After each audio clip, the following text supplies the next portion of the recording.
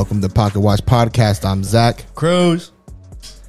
Markenzy Pierre. Yeah. I know y'all heard that switch up. It's good. Yes, sir. We got Markenzy Pierre here. This is longtime friend, man. This is I haven't hit him up. I haven't talked to him in a minute, but I bumped into him at 80s fight. He was like, "Yo, whatever I could do, man, to count me in, bro." So I was like, "I'm gonna hold you to that." For real. We go way back. A lot of people don't know. We really go way back. Hey, we're gonna talk about it, bro. But hey, Markenzy Pierre, D1 athlete, Syracuse, Eastern Illinois. My man's doing his thing, doing some real estate. Florida licensed Florida real estate agent. He's thinking about everything right now. He's working. That And man's trying to get that bag, boy. we're catching him in between practice right now. We're catching him in between everything. My man's working hard. We're gonna talk about it. Yes, sir. Yes, sir. That's lit. All right, man. So let's go. Let's talk. Let's start from the beginning a little bit, man. Because like we said, we go back. I just want to give my little story on Markenzy before we get into this, because I remember my senior year of football. Matter of fact, I remember coming in my freshman year and seeing your brother. And your brother was coming back doing workouts and stuff like that. And I was like, damn, that's a beast right there. What's going on? That's a beast. And then go through go through the high school career or whatever. And then senior year, we start. And we're doing practices and stuff, and then we was like, "Yo, we got a freshman. He's gonna play. He's gonna play right now." And I was like, "All right, bet, cool, whatever. He's probably athletic, this and that, whatever. That's cool." And I met you. It was like, "Yeah, he's cool people. This is gonna be good." But boy, next thing you know, like we was at practice, and I was playing middle linebacker at the time. Markenzy was outside linebacker, and I remember there was a play. And there's no reason why I shouldn't have made the tackle. But homie was coming right up the middle, and I just see like a blur past my face. And it was Markenzy flying to the play. Bro, that's when I realized, I was like, "Oh, this man's special, man. This man's real special." That was pretty crazy, man. Yeah, starting since his freshman year, balling out, took flight. Did you play running back your freshman year? Where I was at linebacker actually. That's it, right? I was right at linebacker my whole half of my freshman year. Cause you remember I started on varsity. Then my people, they choose those. They wasn't really rocking with that. They was like, "Nah, man, he can't do that. We gotta get him out." Yeah. And Coach Corey, he wasn't really rocking like that. They ain't really understand what the system was, so they just stood hard, and they was like, "Nah, you got to put him on JV." That's how I ended up playing running back. Yeah. We were going through a lot of transition at that time. It was like new head coach, new plays, new everything. It was everything. It was you're right. We didn't even know what the system was that year. That was rough. But that was good. So that's even better though. Like going playing with the varsity, and then you come with the JV, and it's like, "Oh, this gonna be my team." Like, for real, because everybody always, like, going way back. This is looking back years back. Everybody thought that was my idea, but I actually hated it. It was lit with y'all big boys, but when I came down, it got easy. So that's when I really got comfortable. I think it kind of helped my career in some aspect, because I really got comfortable at playing running back, because it was so easy, because I was really like, I just got done playing with y'all big boys. Now I'm with the people my age. It's easy. It was cake now. Yeah. And you was like raw, like you were like you were nice as fuck, but you could tell you were like raw at running back. Like it was straight athleticism, and then I could see your like highlight tapes as you like went through high school, and I'm like, damn, this man got his footwork together. This man was bucking, and then you were a big boy too, so that helped out a lot. Mm-hmm. Yeah, man, that was you were. I don't know if we had any other D1. Do you know, like in your class, any other D1 athletes coming out of Liberty? That was me. That's it, man. So it's Markenzy, the one and only D1 athlete coming out of Liberty, at least in football, for sure in football. Yeah, for that year. I think this is I think this is just a clear opportunity to show love and show my graces to my young boy Lamar, who just tragically passed, because he was definitely next up. Yeah, man. Rest in peace. He was R.I.P. Lamar, because that boy was next up for real. Yeah. Yeah, he was he was nice. He was nice. How old was he to you? What grade was he in? He was way younger than me. So basically, it's like life just goes full circle. So the same way you came through, took me under your wing. I'm senior, little freshman. He worked hard, took LeBron in my wing, and it was just grinding. It was just that type of circulation with us. Yeah, man, that's dope though. Rest in peace, man. He was a baller too, bro. For real. And he was going to he committed to Syracuse too, right? I don't know if he committed, but that boy had O's though. He had options. Yeah. Damn, man. That's tough. That's tough. So speaking of options, bro, tell me about it because I don't know what it's like to go D1. You know, I played NAIA. I played. Oh, man. I never knew what that shit felt like. Like it felt great doing the little signing on NAIA, but you know that's like I ain't have no options. I was like, yo, I just want to play football still. That's it. Man. But so at what point did you get your first offer, man? So I got my first offer junior year, and it wasn't even after football season. And I was so upset about that. I was so hot because I really felt like I snapped. So what that led me to do, that's when 7-on-7 first started getting hot. That's when it first started kicking off was mine, like 2016, 2017. So that's when I hopped on this this nationwide 7-on-7 team called Rat Pack. Shout out to Coach Rack. He over at FSU right now coaching. I know you, Coach Rack, you my dog. So I hopped on his 7-on-7 team, and after a couple games balling, the spring of my junior year, I picked up my first offer, which was Memphis. Oh, that was your first offer? Was Memphis? First offer. Memphis was my first offer. My first D1 offer was Memphis. And that was, so you're saying that was middle of the season, your junior year? That was spring junior year. So spring 2016. Spring 2016. So you picked that one for your first offer? No. Memphis. I ended up committed to Memphis. I stayed uncommitted because I thought I did end up getting a lot more offers. Yeah. And I just stayed uncommitted. That was just the first one, like the first big one, and I was like, oh wow, like I'm going D1 for real. Yeah. And it came at a good time though, right? Like going into your senior year, so you're like, oh, I got to turn up this year. I got to make sure everybody see me.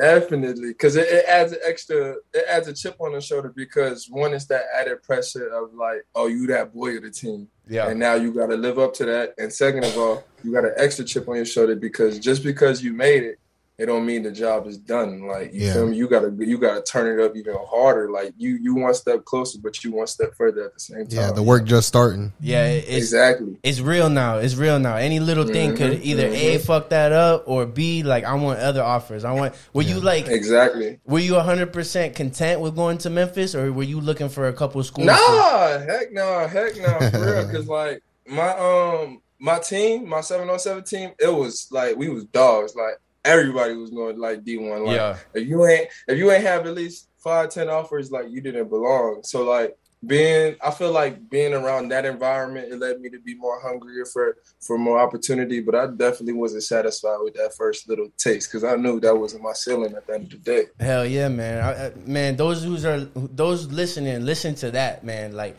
putting yourself in it took you going to. I mean, you would have got your offers regardless, but. You feel me? Not being satisfied and getting that first offer and saying, oh, it's time to level up. It's time to take this up a notch. And a big part of that is the group you were around. Like, you know, like, oh, this is regular. Surrounding this is what's supposed to happen. People. Yeah, exactly. Man. That's big, bro. That shit comes up 24. Like, I can't stress that enough. Like, that saying where, like, you want to know where you're going? Show me who you're hanging with. You know what I mean? Exactly. Like, that's a big thing, bro. Especially... like in your career now, it's big too. You know what I mean? Like going through what you're going through right now. Definitely. You can't be partying and shit all the time. And if you're around people like that, that's a distraction.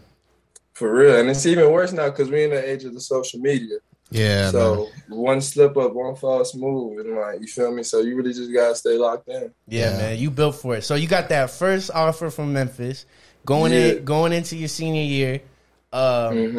When did that next offer go? Because you obviously didn't go to Memphis. So after that Memphis offer, I had a whole bunch of offers start rolling in. That really is what kicked off my recruiting process. Like, cause after Memphis, I ended up with at least between 20 to 30 offers at the recruiting cycle. So like that was just like the first one. So like it was a little bit of a blur in that in-between stage because you just getting offer behind offer. Coaches is coming to see you every day, pulling you out of class. You going on official visits. Like, it was really a blur.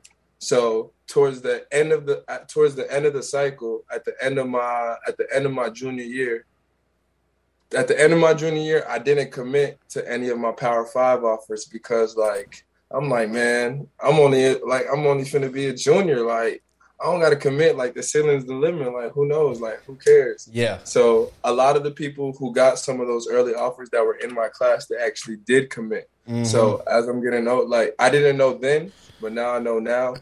At this level, this is a business. Yeah. So if people were committing and signing contracts and showing commitment to these schools, so obviously scholarships are getting filled up. Yeah. So by the time I got in at the end of my junior year, some of those offers that I had, people already signed, people already committed. So for a little added protection, what I ended up doing, it was the end of the recruiting cycle. So at this moment, I had FIU, FAU, Western Kentucky. I had UCF, USF. This was when UCF was Owen, whatever. Yeah. So keep that in mind. Yeah. Hindsight, 2020. But you still in it, so you made a good decision because they ain't doing too good anymore. But they all right, though. So, they're good. Yeah. So that's what I had at the end of my junior year. And then senior year, the offers, it kind of like, it stayed like, I thought it'll turn up when my season started, but like for real, it kind of like just stayed stagnant. Like it kind of froze up. So I'm like, I'm still doing numbers. I'm still snapping like what I thought was snapping, like doing 200-300 yards a game. So I'm like, you feel me? But obviously, like that wasn't enough. Like they still wanted to see more. And I remember this like it was like yesterday. It was Harmony. I go for 500. Yeah. Hell yeah. Ran all over them white boys. I went for 500 on Harmony. After that, all the Power 5 started blowing me up. And then that's where Syracuse really came into the picture. At this moment, I really wanted to go to UNC. UNC been recruiting me. I've been leaning that way. But they ain't pulled the trigger yet. They ain't give me the offer yet. They've been recruiting me heavy, but I ain't get the O. But Syracuse already gave me the O, and they was playing extra hard after I just did that game. So that's when they started creeping into the picture. And then we played Poinciana the next week, so you already know. Yeah. Oh, yeah. We do the point. And then after that, Q's had stayed solid at the end, and that's what made me stick slide with Q's. Damn, bro. Yo, that, first of all, congratulations, bro. Like, that's fucking awesome. Big facts. But anybody help you through that recruiting process? Yeah, definitely. You know, Coach Dre. So Coach Andre, you may know him. He's been around the town. Anybody who grew up from where we came from, know his face and heard that name. So me coming from that Haitian background and like, I'm first generation, so I'm first Z that grew up in America. So my parents don't understand the schematics of football or the business and the scheme. All they know is go to school, get an education, get a good job, like live a good life. So they didn't know none of that. So Coach Andre definitely played the big role throughout that process. Damn, that's good though. Shout out to man, because I mean, it's one thing to get the support, which helps, but like to navigate throughout that whole process and keep you on track and saying, so he was kind of coming up to you like, yo, all right, so I know you got this one coming in, but was he giving you any advice on the situations or? He was the deflation. Cause you know, at this time when you're doing good, like, you know, we in a small town, you doing good. You only got you got these opportunities going in front of you, especially as a Jet. It's easy to get big headed and get lost and get distracted within all the lights and all the nonsense going around. Yep. So I think he did a major role of just keeping me level headed and keeping me grounded because, like, you feel me? I know there's a certain bit of cockiness and arrogance you gotta be to be great, but that line is so thin, and I feel like he kept me under that line. Yeah, man. Shout out to all the football coaches, bro. Like when I grew up, I didn't have my pops really with me and stuff, and I know like coaches they play a role, bro. They do more for the young than people even understand. It's not about X's and O's all the time. Like that shit gave me chills. Like, coaches have a big part in our lives, right? Man, like, especially as football is like life lessons all in itself, but then that's why you need that coach there here and there to keep you humble, make sure you're on track, because they know how to navigate a little bit. Yoke your little ass up, chill out. Yep, because we needed it. You know what I mean? But how, you were talking about some of the visits, bro. How was the visiting process? You had any crazy visits that wowed you outside of Syracuse, or was Syracuse the one off the visit? Man, I would have to say that really wowed me. I would say Purdue. Ooh, you went to Purdue. I took a official visit to Purdue, and I'm not even gonna lie. Like, that's a very, very like it's a very technical oriented school. So like the students are locked in and oriented, and they about their business. But boy, they get lit. Mm-hmm. They get lit. And they ain't much to do in the cornfields, so they party. Yeah. Hell yeah, bro. Hell yeah. That's crazy. So what did they do? They took so did like a player or something walk you around and show you around, and then so how the official visits is set up. So basically they assign you to a player on the team that's either in your position or on your side of the ball. And like they know who they assigning you with. So they make sure like they connect someone that you can assign with like on a personal level. So they knew what type of guy I was. They put me with the chill dudes, clicked with them right away. So once you link up with the player, you're damn near you a student for a weekend. Like you're literally living in college. Like I'm 18 years old, like in the club, and caught like grown people going crazy. Like I had seeing stuff I had no business seeing. It's funny. It's funny because they show you that shit, and then when you start, like you said, it's a business. It's like you can't do none of this shit. You feel me? And that's absolutely true. And that's just a testament to the younger viewership that you had, because throughout that official visit process, like they really sell it like Disney. Yeah. Like it's like dating. It's literally, they describe it like dating. This is their analogy. They describe it like dating, and that's why they want commitments. They want to know, are you committed? Because when you're in a relationship, you have to stay loyal, stay consistent, and stay with that partner. But sometimes after that relationship once that commitment gets made, there's some rocky roads on the other side of that path. It's not always cupcakes and rainbows all the time. Nah, so. You making the commitment before you get to know the person. Exactly. Yeah, you feel me? Really, really like blind dating it. Yeah. That's crazy, bro. Man. Mm-hmm. So you saw Purdue. That one kind of wowed you. Did they have an official offer though, or were they trying to make sure you commit? Why didn't you go to Purdue? Before they give you an official visit, you gotta have an offer. So I had Purdue. Damn. So my visits, the schools I ended up visiting were Syracuse, of course, Purdue, FIU, Western Kentucky. So those are the 4 schools I took official visits to, and then I had a whole bunch of other like just walkthroughs and regular visits through. And what? So you said that Syracuse making the like offer early, right? They made the earliest offer. They actually had one of the back end offers. They offered me after that Harmony game, after I really like went. I think they was waiting for that. Like I really went dumb Harmony, and they offered me that. But I would say the one that was really playing the hardest was Purdue, because how I ended up getting Purdue was they were at Western Kentucky. They were that staff, and they ended up getting a promotion. They got a pay raise, and they all slid to Purdue. So it was that same staff trying to like, slide with us. Yeah. Mm-hmm. So what made you pick Syracuse then? Like after visiting all that, knowing that, because Purdue's a dope ass school too. You know what I mean? It's fire. Purdue's fire. I love Purdue. I loved about it. I liked what it had to offer, but I really feel like the ultimate reason I chose Syracuse. I feel like I wanted to get away, and I felt like there was just an opportunity there. There was just an opportunity there for something special to be made. Yeah. And because they were a struggling program, and they needed something bad, and obviously they're still struggling today. Yeah. So I think it was that ultimate opportunity just to try to rebuild and try to restructure and try to be like captain, like be the captain of it. Make an impact early. You feel me? But like football is a lot bigger than one person. Yeah. Bro, like that's one thing about football versus like a lot of other sports. Yeah, man. That's why like football, man, there's no other sport that takes teamwork to the next level. Like there's a lot of teamwork sports, but football takes everybody moving at the same time, executing their freaking mission, their part.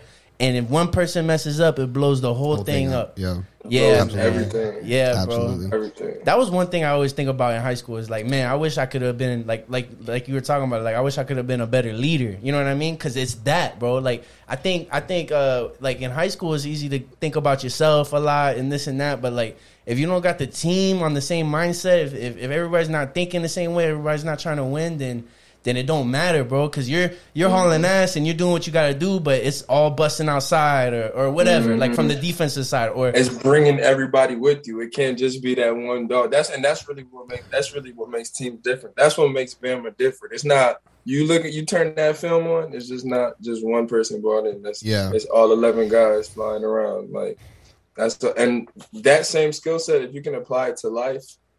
Absolutely, the sky's the limit. 100%, bro. 100%, man.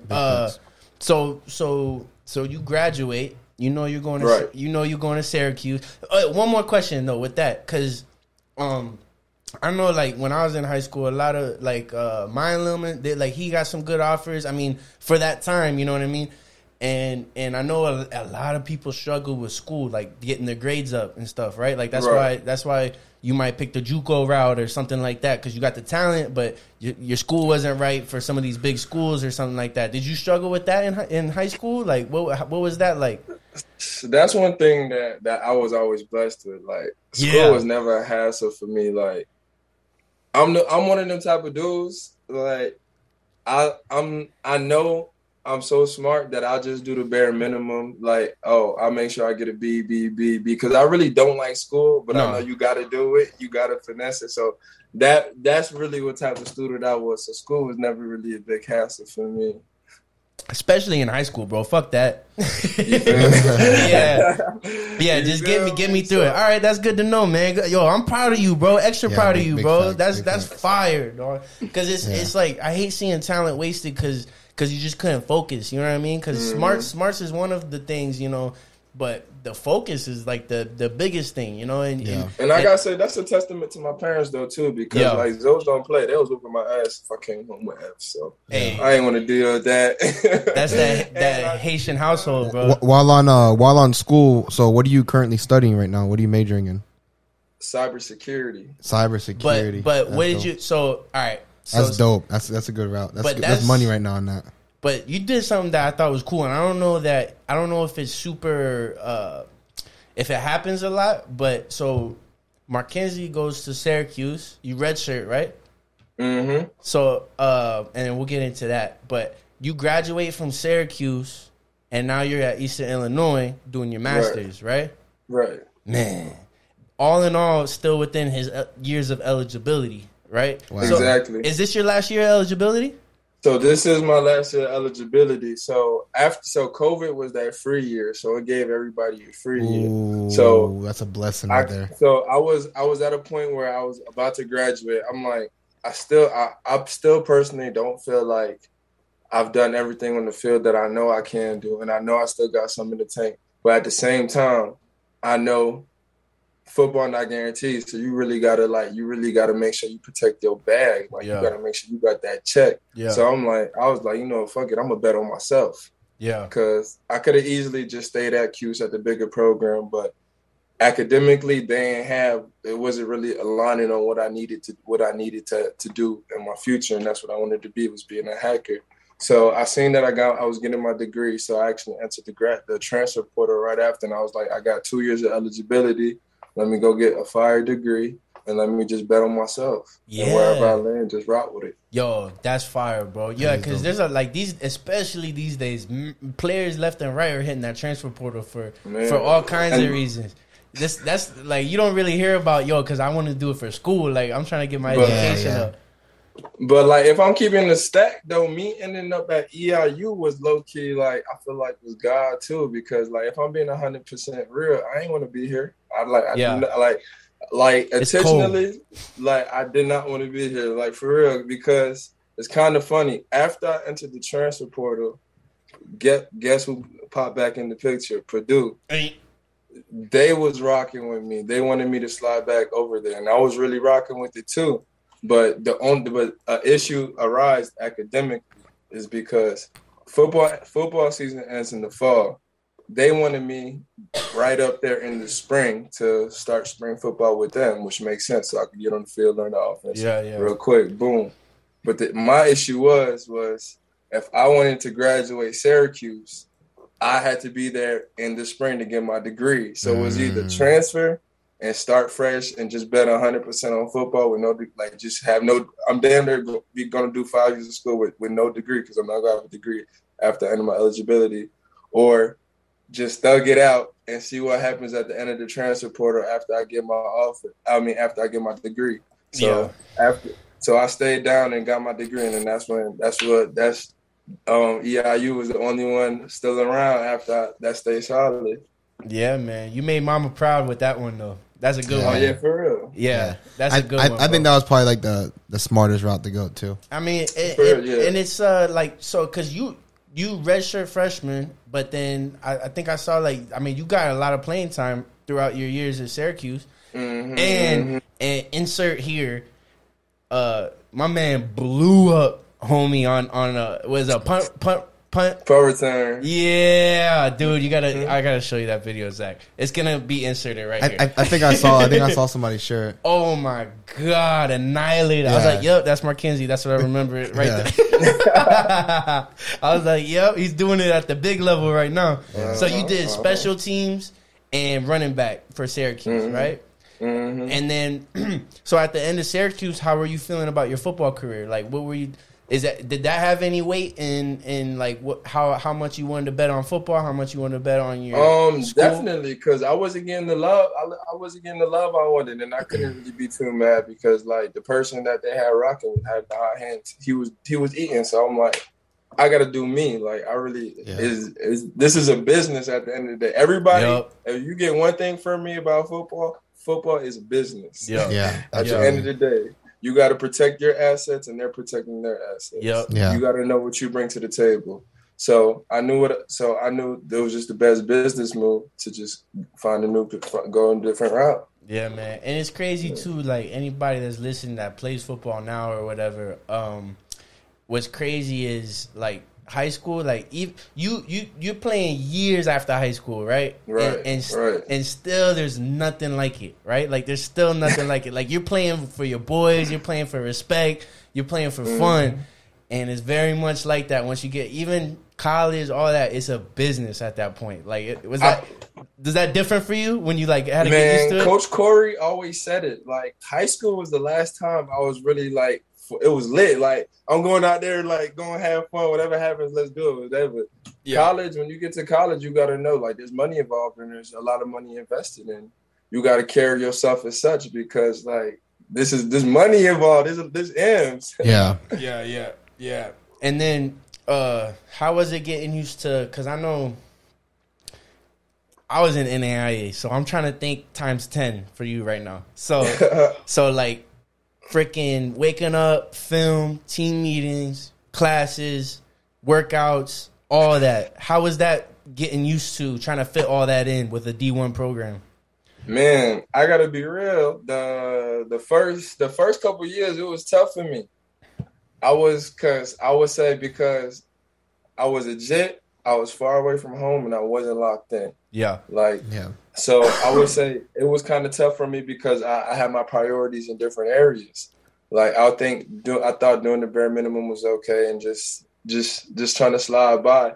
And like, yeah, you could do that, but at the end of the day, that's not how you progress. No. So that acclimation period took me a little bit minute to understand that. And once I did understand that, I could see the difference night and day. Yeah, first couple of years took a little bit of like, all right, I gotta tighten up. Like you said, oh, this is college. Like some people get it quick. For me, it took a little bit longer. But there's definitely that point in time when you realize you got locked in. Yeah, bro, it's hard, man, because you're 18 years old going into 18 years old. They're giving you 2 bands a month. You got your own crib. You don't pay for food. You get free clothes. You really living free. Like you're a man on campus because it's a big school and you play football. So that's why these players really need structure involved because if you don't have it, it's gonna be tough in the first couple of years. Yeah, and then your first year you were redshirting too, so you weren't even getting none of the shine like you were used to and stuff like that. You feel me? It was all work. It's all work. Yeah, man. Yeah, sometimes I always think too, because it's there's some of the rich kids that are just blessed, you know what I mean, with talent and this and that. Like when they get that $2,000 a month and this and that paid for and stuff, to them that's like, yeah, cool, thanks. This is a downgrade for me, you know. But like where you feel me, like, dang, that's all I'm getting. Yeah, but like where we come from, you were lit, right? Like you was like, right, I'm like, yo, 2 bands and I'm not doing nothing. Yo, we up. Yeah. So it's like, because coming from nothing, you kind of like appreciate things differently, which could help you. You know what I mean? Where you could be like, oh, I know what the bottom looks like. I ain't going back. I'm gonna go hard 100%. But then at the same time, it's like it's a lot easier to get caught up in any little bit of money they give you or something. It's like, this ain't it. This ain't the real bag right here. This ain't the real goal or nothing like that. Yeah, man. 100. You hit the nail on the head. Yeah, bro. That's interesting to me because usually you think, you know, those that come from nothing, it's like, yeah, no, that they're built for it. You know, it's like, no, don't sleep because that little bit of money can make somebody go crazy if they come from nothing. You know, I think it's a combination of because being in the D1 program, it's not really money at a necessity because you got to think about it. You're not paying rent. Yeah. You're not buying meals.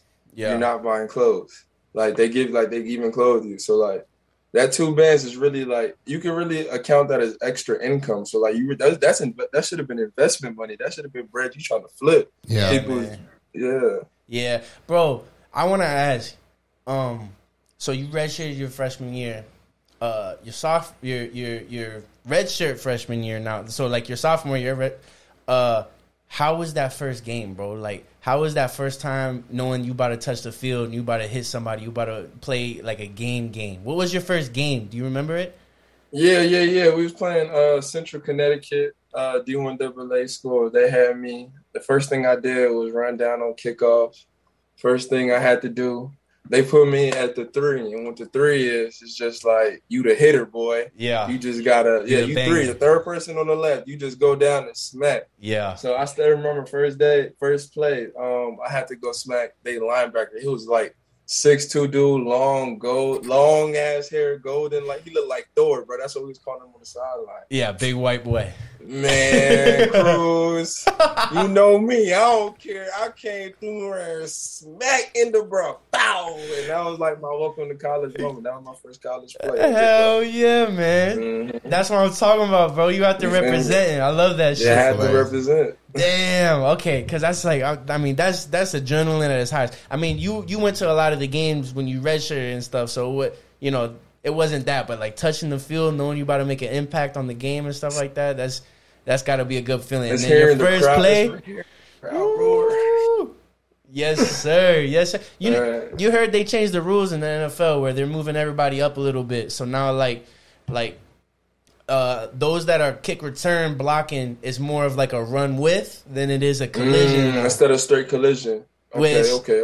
It's it's safety. It is what it is, But damn, what's Markenzy still got a bang? What we gonna do, bro? I think for the longevity and the health of the guys, I think that was the best route. Yeah, 100%, bro.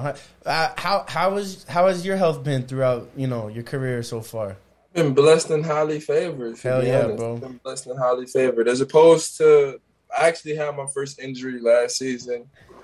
That kind of put me out for a couple games. I had a little hip and ankle bother, but it put me out kind of for 6 games. So I think that was really my only injury. So other than that, I'm healed 100%. I'm walking almost stable. That's all I can ask for playing the game this long. Hell yeah, bro. Hell yeah, man. That's good. And when you graduated from Syracuse, what'd you graduate with? My degree in social work. Social work. Hey, that's what I'm talking about. Hey. Communication skills. I got it. Yes, sir. Yes, sir. My fiance graduated with social work too. That's what I'm talking about. I'm about to wife you Y'all up, bro. I bet y'all having a whole bunch of open discussions. Great conversation. Yeah, bro. Yeah, she didn't do it though. Just like you, you're gonna go do cybersecurity and shit.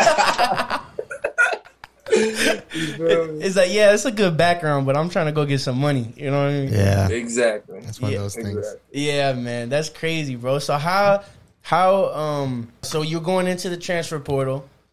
You was already set on, this is my school move, this is my career move, this is like my outside of football move. Exactly. But within football, what were you thinking about Eastern Illinois? Like, what were you thinking about your football career with that? Well, it's kind of funny because this is the school my coach came from. The coach at Syracuse. Yeah. He was working at EIU, so there was that little connection. So of course I had to think about that, and then I was thinking about I'm like, they really want me to come and just take this thing over. So like, I really could just come here and just have fun and really just tote that rock and just really like chill and have fun in the backfield. And that's what I really wanted to do. So that's where I was thinking football wise. And then I know if I do that, that's where I'm gonna be in the best mindset to play and really make big things happen. Especially to end your college career, right? Like, exactly. You feel me? Yeah, let me end that shit with a bang. Let me end that shit with a boom. Exactly. So what you looking at this year, bro? What you trying to do this year? What's going on? What's the goals, man? Shoot. Well, you got to ask me where, because I'm multifaceted. So what's your football goals this year, bro? So football goals, well, definitely I want this to be my strongest season on the field and the backfield. I really just want to stay healthy and just go out and just have fun. Because I know if I go out there and have fun, everything else is going to handle it. I'm not trying to go out there and make big plays. I'm not really going to go out there and strain. But I know if I go out there having fun, going full speed, all of that's going to come. You feel me? So that's my goal for football. I want to just go out there and just be lit, have fun. Yeah, you feel me? Yeah, man, because you working hard right now. I know you working hard, so it's easy to get lost in it's a lot of work. It's a lot of this. It's a job right now. 100. Yeah. 100. Yeah. Bro, and that I know, did you feel that? Did you feel that while you was in college? Yeah, man. Yeah, very much. And I hated where I was at. I only did 1 year there. I did the fall season. I ended up not redshirting because I knew I was going to get the hell out of there. But NAIA is a little different. Most people that go NAIA, you kind of stay in there for 4 years. Right. You know what I mean? So I was like, man, I don't know if I could do here. It was 3-hour commute all the way around, no matter where you go. You know what I mean? And 3 hours? Yeah, me and Big Mike went up there. I don't know if you remember Big Mike. Yeah, I remember Big Mike. Yeah, man. So we went up there. We roomed up there. That was cool, but I knew I was getting out of there. So, but 100%, bro. You're 100% right, because especially with the college shit, they treat it like a business, so you lose a little love that way. You're busting your ass trying to do the school thing, and then you're doing all this film. It's a lot more extra they're asking for you that high school didn't ask. You're right, bro. It's easy to get lost in this is work, but I want to say, more than anybody, and I know you got a lot of people around you that'll tell you the same thing, but this is your last year of football, bro. You gotta enjoy that shit, man. That's it. You got the right mindset right now. You gotta have fun with that shit, bro, because this is the last time it's guaranteed. Yeah. You gotta enjoy it. Yeah, 10 years from now, you're gonna be watching NFL or college football, and you're gonna be like, I want to get the fuck out there. I want to bang somebody up. And I'm gonna be real. 10 years from now, I'm gonna be chilling. I'm gonna be happy wherever I'm at. So you got any plans for NFL or anything, bro? To be honest, I feel like I definitely could get an opportunity to doing special teams or something. So I know I could go that route if the opportunity presents itself. That's an undeniable opportunity. But you feel me? You got other stuff going on too. I'm on my business grind. I'm really on my business grind. Don't get it twisted though. I'm still coming hard. I'm still coming heavy. The opportunity presents itself, and I know I could do it. It's just more so of an aspect of opportunity cost at this time, because I understand now it's a business, and I understand the assets I have and the ways I really could be making moves as an entrepreneur. Yeah, man, 100%, bro. And speaking on that, it's kind of crazy. So I just realized, you're a licensed realtor in Florida. Real estate agent. Real estate, licensed real estate agent in Florida, but you're going for cybersecurity for school, getting your master's in that. So what's the plan, bro? What's your goals these next 5 years and all of that, man? The goal is financial freedom, and I know the only way to acquire that is having multiple streams of income. So I knew right off the bat I had my physical abilities. That's the first asset, but we all know that fades at some point. So I really had to just lock in and figure out where else I could utilize my skills and assets where I could really enjoy and make some bread. So that's what really led me into real estate. I always knew I like selling houses. I like big cribs. And that's what led me into getting my license and just learned that as I knew I wanted to invest in real estate. So I was like, the best thing to learn how to invest in real estate. How about just get the license? Yes, sir. Yes, sir. Our boy Jacob did the same thing. That's kind of the same move. You smart, bro. Shout out to Jacob. Yeah. You know Jacob. Yeah, he did the same thing, bro. Because he actually quit his job and he bought a house and everything, quit his job and went real estate route 100%. The main goal in that is, like you said, trying to invest in real estate as the end goal, but you gotta get your feet wet. You gotta get dirty there first. You gotta understand the game. Yeah. So you went and learned the game, got licensed. That's a nice little side business that you got going for your ultimate goal to kind of make some real estate investments. That's smart, bro. Hell yeah, man. So then, what you trying to do with the degree? What you trying to do with the master's? I'm a hacker. Point period. That you don't want to see in person. Like, yo, what the fuck? Why you hacking me, bro? And it's like, okay, never mind. You got that. You feel me? Essentially, like, I'm looking into consulting right now, and essentially what that is that's going into other people's businesses, and we'll analyze their infrastructure and figure out how could we help, how could we apply these services to make them safer. That's smart, man. Because you know what you're doing is you're like. I love it because your ultimate goal is financial freedom, right? Exactly. And you're putting yourself in careers where you could have like contract type work, right? Cybersecurity, consulting, that's contract work. That's like, I'll give you a month of my time or 6 months of my time, but then on the side, I'm going to do this real estate shit. And then, woo, buddy. Exactly. I like how you think, bro. You smart. I love that shit, boy. As the stress reliever, I could go to practice. When I need a break, just go play football. Yeah, hell yeah, man. Yeah. And one of the dope things about like the technology industry is that you can work tech, you can work from home, and while you're at home, you can be dabbling in other things, doing what you need to do. It's kind of like I'm in the office right now. Exactly. That's what I'm saying. So like a lot of people I meet that do tech, like they basically make their own schedules. They do whatever they want. They just have a deadline. As long as they meet that deadline, they can set their schedule however they want. They can do whatever they want. Yeah. So it's definitely dope. There's a lot of money in it too. Yeah. How was that master's transition though? Because social work, I know it they don't. Well, you went to a big school, so they probably required a lot more from you. But those are two totally different programs right there, bro. Like different industries. Yeah, sure. like I'm sure that cybersecurity shit was a little bit of a like, oh damn, I learning curve. I gotta do a lot of homework now, man. So the transition was definitely steep on the workload aspect. Like the workload is night and day. Yeah. But as far as the content, I feel like I was at an advantage because I'm genuinely interested into technology. Like before football, before anything else, like I was at the crib with the computers. So that gives me the added motivation for anybody that was interested in the field. If you could be dedicated, willing to work, and just sit down and lock in, I would absolutely recommend it to anybody, even if you have zero background and knowledge. Yeah. Because they start from a foundational level. So if you have your undergraduate degree and you're not sure if you want to follow that pursuit for a master's, cybersecurity is definitely an opportunity if you're willing to grind. That's dope. That's a gem right there. I like that shit. Yeah, they make good money too, man. You do it for a few years, you can be in 6 figures plus, multi 6 figures in a few years. Yeah, man. Google it. It's nice. Oh yeah, I know. I close real estate transactions for a living, and I see what people make and everything like that. And I see a lot of people in tech. I tell Cruz all the time, I'm like, man, I met this lady. She's making $35,000 a month just in tech.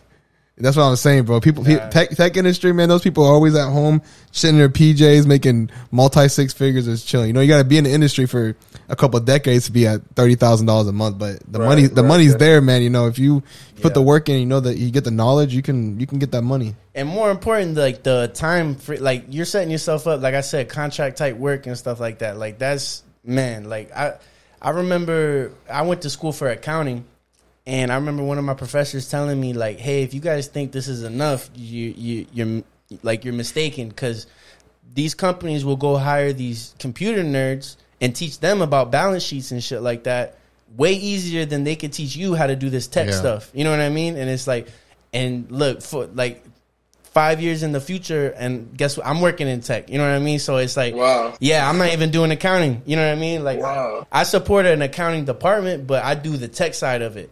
And wow. No, you right, bro. You right, man. Like, if you don't, like, tech is the future, bro. Like, 100%. It's the future.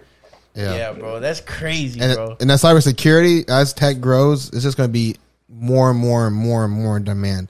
Like, we're seeing a lot of it with the cryptos and the NFTs for that. Like, cybersecurity is getting so much more important than ever before, it's because bro, everybody's getting their wallets hacked for millions of dollars, and it's like, man, you could have hired somebody to come in and easily paid less than $1 million and got that all watched over, you know? I literally come into your business and saying, okay, here's your vulnerabilities. Are you willing to live with this risk? And here's what could happen. Yeah. Make your decision. And you built for it too, because like the reality of it, like what I saw, my benefit, like when I was in school, I was never the top student, right? But when we all went out to work, I probably made a lot more money than them because I could talk. You know what I mean? Exactly. You're a good example as well, because there's a lot of these, you know, like, let's just face it, like a lot of the people that go into tech are a little nerdy, you know what I mean? So that, like, on average, reserved, right? More reserved, yeah. So that's the proper way to say. That's probably the better way. Good man. But like on average, you're probably going to be more of a personable type of person. So like coming into like consulting and stuff like that for the tech world, bro, and you already know how to talk, and like, you know, like you're not shy or nothing like that, bro. That means the world, bro. Especially like in that industry, there's a lot of Indians and stuff too. Like I know right now, I got to deal with a lot of. It's just they're good at it. They're just so good at it. So they oversaturate the market. They work hard. Yeah, but like in America, and they know their shit too, man. But like a lot of these companies are like, I'd rather talk to Markenzy than this guy. You know what I mean? Like, that's fact. Even if this guy's better, me and Markenzy can kind of relate a little more. I'd rather do a contract with this guy than this guy, you know. And you're gonna succeed in that shit. Sub that shit up. Like my brother does. He has a business where he does like web app development. He makes like apps and shit like that. And he's been doing like a lot of stuff with like the metaverse world. He's like building like, I don't even know what the fuck he even builds, but he's like building like the stuff for the metaverse like that right now. And he subs all of his shit out to India. He gets the contract and just sends that shit to India for them to do. But everybody talks to him, and everybody gets him the jobs, and he just sends them the work over, and they fulfill the work, and he gets the check. That's basically how it works for him. Hey, bro, that'll be my one piece of advice. I have no other experiences to offer you advice except find an Indian friend and chill with him so you could get the accent. You could understand the accent a little bit. I had a coworker. I took her to work every day, and a big piece of that was like, oh, because my boss some of these consultants we work with, I can't understand sometimes, you know what I mean? But she can understand them like nothing, because she did that for years, you know what I mean? So my big thing was like, all right, I need to like talk to this girl a lot because she has a strong accent, you know? And then you start to pick up on some of the little accent things that they have where like H is like a hache kind of thing, whatever. But I'm just saying, that's my one piece of advice for you, bro. Facts. So when I'm definitely picking it up. Yeah, man. When you graduate, bro, what's the plan? Would you coming back to Florida? What's up, bro?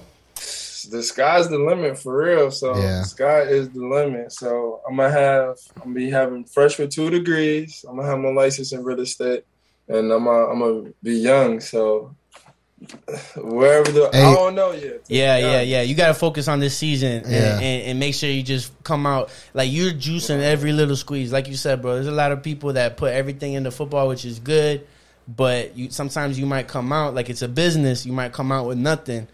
Exactly. And you got to make sure you leverage yourself. Yeah, man. Because sometimes at the end of the day, you have nobody to blame but yourself a little bit for that, you know. And you ain't gonna fall in those shoes, you know what I mean? Because you made your move specifically for that, and you gonna ball out at the end of the day for a team that needs you and wants you. That's perfect, bro. That's perfect, man. Absolutely. All right, man. That's good, bro. Let's wrap. So we're gonna end this. It's Pocket Watch Podcast. We always end every episode with a weekly success and failure.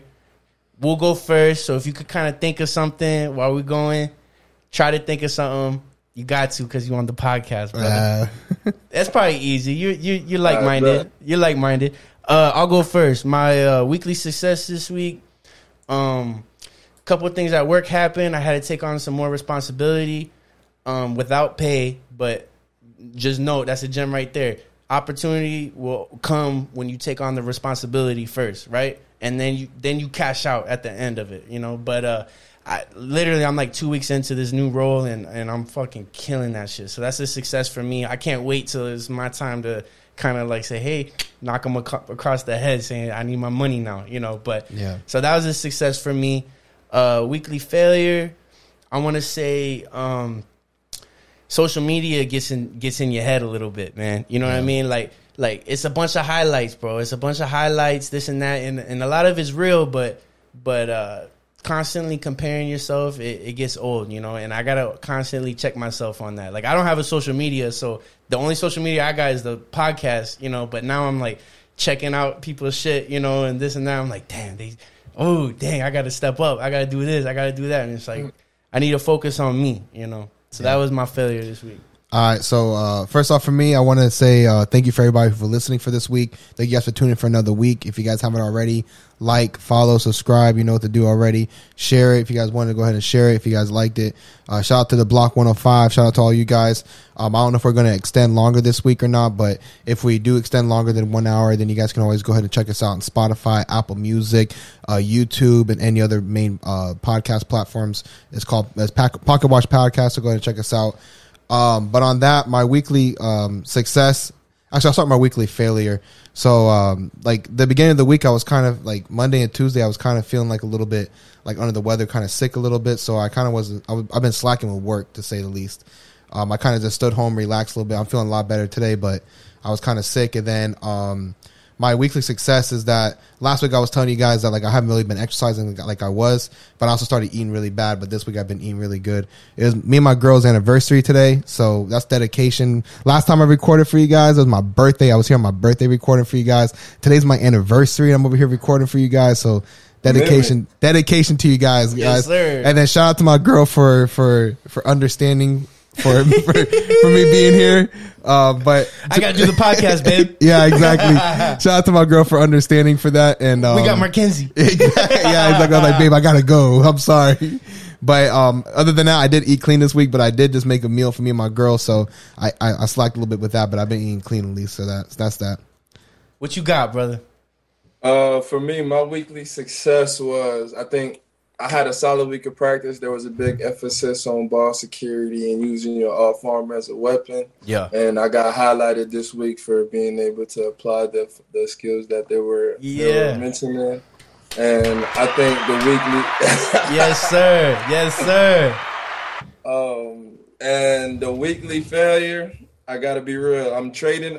I day trade a little bit, and I was not sticking to the fundamentals this week. Oh man. You feel me? So I think I have to do a better job of staying disciplined and just sticking to the fundamentals for more success. Yeah, man. What you trading on? What's your main trades right now? I like US 30. I like SPX, and I like gold. I trade gold too. Yeah. Oh, so you do like more longevity trading? Those are good trades right there. I'm more of a day trader. Day trader. So you do short stuff? Exactly. Yeah. Yeah. Smart man, bro. But thank you guys for tuning in. Like always, like I said before, go ahead and like, follow, subscribe. Go ahead and if you guys want to connect with Markenzy, all of his socials will be down below. Like always, check the description. Go ahead and show that man some love. Go check out some of his videos, everything like that. Yeah. But other than that, man, that's pretty much it. Hey, man, we just had a great episode with y'all. We had Markenzy on, D1 football player, real estate agent, day trader, cybersecurity guru. My man's doing it all. Y'all gotta stay tuned with my man Markenzy.